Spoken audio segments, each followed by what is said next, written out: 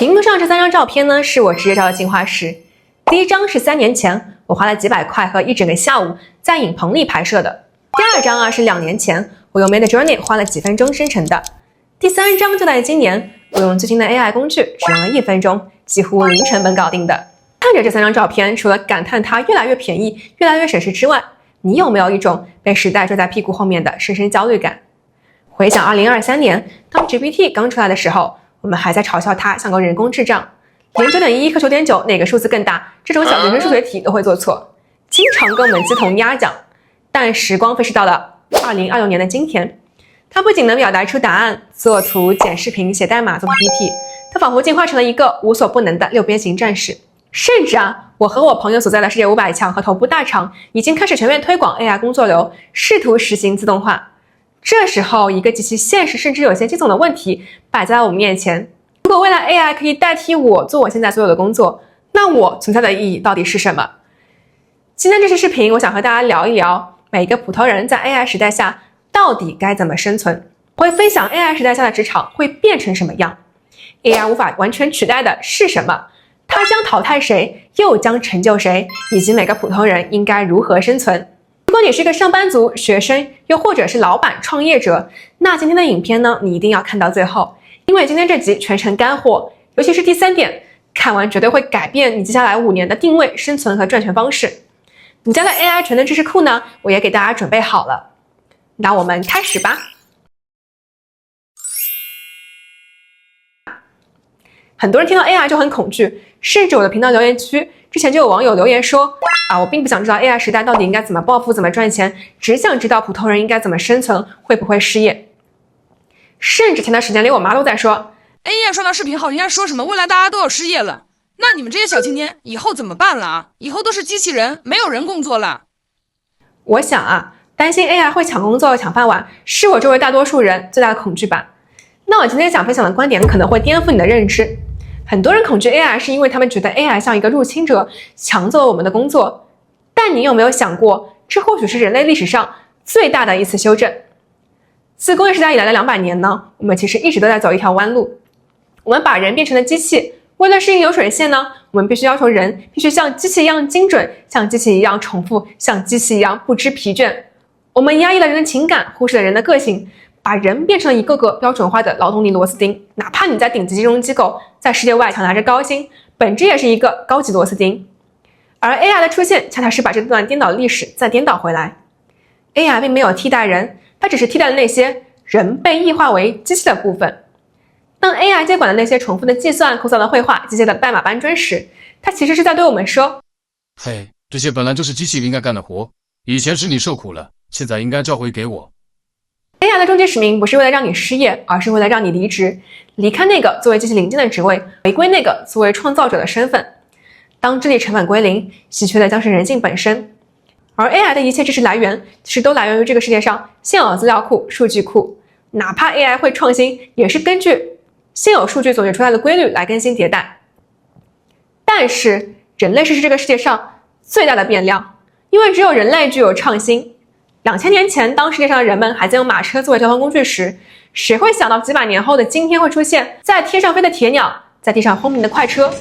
其实人才是这个世界上最大的造物主。 AI 的终极使命不是让你失业，而是让你从机器零件的职位离职，回归创造者的身份。所以呢，不用担心你的技能会过时，因为它们注定会过时。我们真正应该担心的是你是否已经失去了一个作为初学者的勇气。既然未来的职场不再是一个需要螺丝钉的地方，那未来的工作和职场会变成什么样呢？我的回答只有4个字：极致人效。以我曾经所在的世界500强财务分析控制部为例，以前可能需要5到6个人，分别负责不同市场的财务分析工作，工作内容会涉及基础的数据整理、Excel 报告制作，以及后端的 Power BI 展示和汇报。但未来这种人海战术会彻底失效，取而代之的是1到2个能够驾驭 AI 工作流的超级个体。他们不仅懂财务逻辑，更懂得识别哪些是机械重复的废动作，哪些是真正产生价值的洞察。他们会通过整合 AI 工具，一个人就能完成过去一整个团队的工作量，并且更快更准。那么在这场洪流中，谁会先掉队？我们来看 A 公司财务部的一个职场缩影。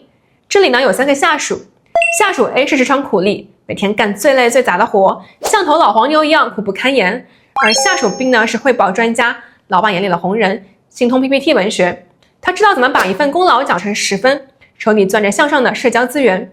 而下属 C 呢是关系户职业混子，他的业务能力几乎为零，但情绪价值拉满，每天跟老板称兄道弟，抱紧老板红人 B 的大腿，活不会干就全部甩给 B。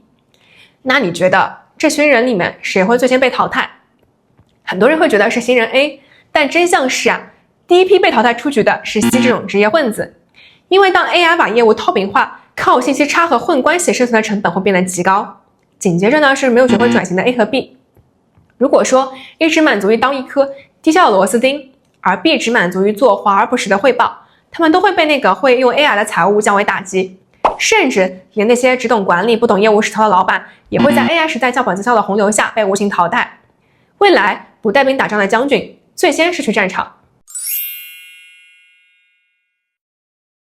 听到这里，你可能会问，那到底什么样的人才不会被淘汰？普通人的护城河到底在哪儿？聊到这，其实我们最应该思考的是 AI 时代最稀缺的是什么能力？我认为首先是终身初学者的自驱力。我们不必做知道一切的人，要做学习一切的人。AI 不会直接淘汰你，但是会淘汰的是不会用 AI 的你。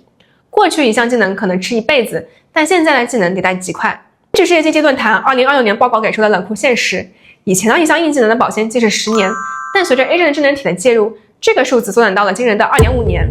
也就是说如果你现在停下脚步，你引以为傲的饭碗不到3年就会过期。那这也不是危言耸听，这是 AI 时代真正的技能地震。所以呢，不用焦虑你的技能会过时，因为他们注定会过时。你要焦虑的是你是否失去了做一个初学者的勇气。其次，我认为是深度资源整合能力。现在绝大多数人用 AI 可能是去写邮件的用个 GPT， 要做 PPT 简报了，先去找 Gemini 写个大纲和文案，再用 Banana 生图，最后再用 Manus 做个 PPT 加工。甚至今天听到 GPT 出新版本了，用段时间 GPT， 明天 C-Dance 更新了，再风风火火的去试用这个更新。但其实这些都是零散的 AI 应用，只是在使用工具，不是在驾驭工具。未来需要的是把一切都串联在一起的能力，以及选择的能力。你需要知道的是，你手中的工作哪些地方是重复的，哪些地方是有价值的，哪些是可以通过 AI 工具整合的，能够判断出并且选择出最好用的 AI 工具是哪个，并且把它们串联起来，形成自己的工作流和智能体。而对于这份工作的实操经验，才能带给你对于工作价值重复环节的判断。这些技能才是 AI 真正带不走的你的护城河。就好比之前我在这期视频里面提到的工作流系统，就是用到了 Gemini、Cos 及梦等软件，把这些 AI 工具和资源串联在一起，实现爆款自媒体的一键采集、创作和分发的效果。最后呢，是你的提问权和审美权。在未来，答案会很廉价，找到正确的问题，通常比找到答案要难得多。你的提问水平直接决定了 AI 产出的上限。很多人觉得 AI 不好用，是因为他们根本不懂得如何有效提问。虽然 AI 拥有超高速的算法，但它并没有真正的逻辑一致性，它可能还是会一本正经的胡说八道。这时候分辨答案正误的法官只能是你自己。这里我有一个非常有意思的比喻如果把 AI 比作古时候的一匹绝世烈马，有能力驾驭它的人会成为神神沙场的骑手，而没有能力驾驭它的人只会被它狠狠摔死。但是如果我们连步兵都当不了，就别想当骑兵。要骑马前，你自身必须是一名优秀的步兵，你的行业底蕴、专业审美、逻辑思维，这些就是你的步兵基本功。这个步兵越强，马的表现才会越好。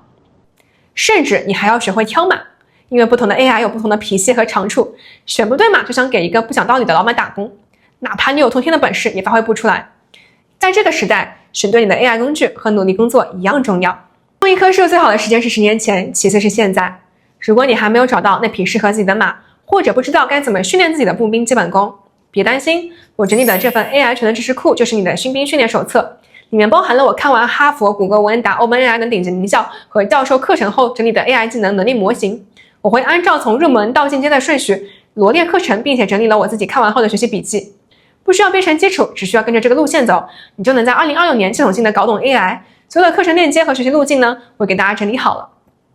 我这个频道主要分享 AI 工具、AI 办公体效和线上营销的相关内容。如果你对今天内容感兴趣呢，欢迎关注我，我会带你用最硬核的姿势拥抱 AI 时代。我是原子，我们下期见。